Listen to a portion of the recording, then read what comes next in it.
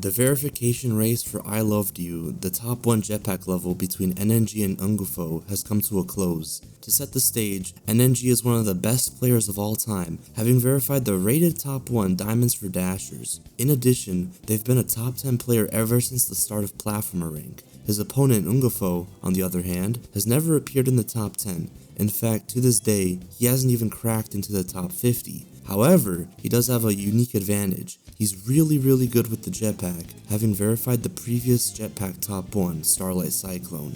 In addition, he'd have yet another advantage as the race started 4 months ago after ungafo first entered the level. On April 2nd, he made progress on the pre-drop, navigating through tight corridors, collecting various keys to unlock doors, and evading black orbs before crashing at the 13% mark. Since this section was evenly balanced, the next month he'd have no trouble clearing the hardest part of the pre-drop, where he dealt with 2 gravity flips while collecting a pair of keys.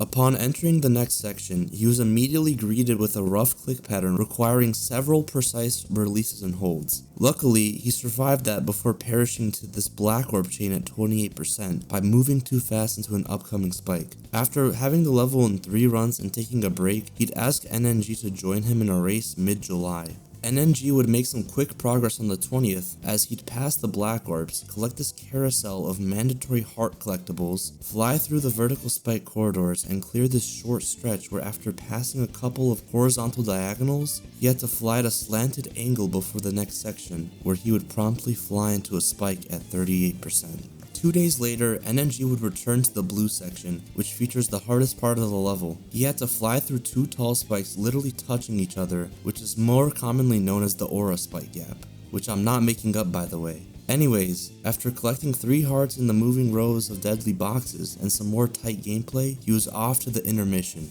The level mixes things up as he had to memorize when and how to collect all these rotating keys. Right after is another horizontal diagonal that's hard to approach, thanks to this floor spike taking up space. However, he died shortly after at 64%, as even the best players aren't immune to a straight fly. Ungafo would respond 5 days later, where he was first to clear the next hard part. In this tight corridor, Ungafo had to fly slightly left before each upcoming gap, which is so precise the jetpack is practically touching these spikes. However, nerves immediately caught up to him, causing him to run into a saw at 72%. 2 days later, he returned and collected the next heart using a pair of green orbs to propel his momentum. In fact, he made it all the way to 99%, but failed to fly past his pair of mini spikes as they had slightly larger hitboxes. Over the course of the month, Ungafo would have several near completions, all unfortunately ending after 90%. In the meantime, NNG was catching up. At the end of the month, he reached the pink section for the first time. NNG flew through an elevated spike staircase which gave no room to slow down, before falling to this rotating carousel of hearts at 85%.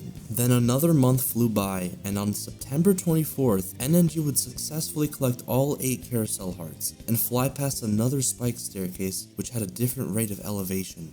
However, even after reaching the final section, there's no room for a break as these deadly circles provided him with little room for error, and it was a single error that cost him a run at 97%. In the meanwhile, Ungafo was getting more consistent. In fact, he also got a run to 97 and 99% again the very same day. It was now neck and neck.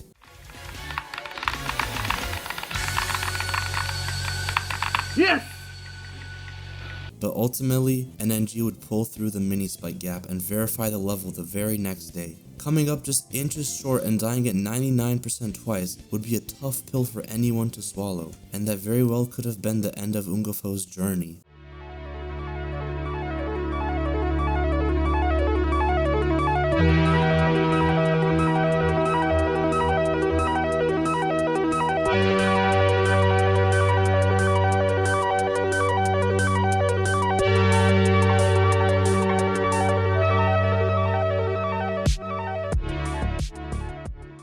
Despite the close calls, the numerous deaths past the 90% mark, and against all odds, he beat the level and claimed first victor. After all, this was his original verification, and with both current opinions and its rate on the same day, this extreme has possibly become the newest RobTop approved top 1. In other words, you should check out 3x3 by TestFiles. It's a memory-based speedrun level with a unique gimmick where you'll have to speedrun several challenges in a miniature-sized room.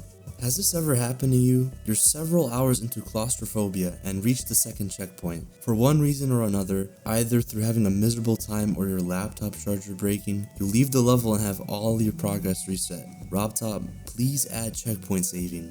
Before we end off, Gameverse has beaten their final hardest,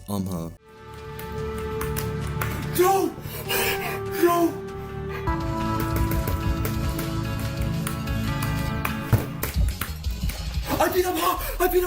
I beat up. They're now retiring to focus on their career as a firefighter, so please go check out their video linked in the pinned comments.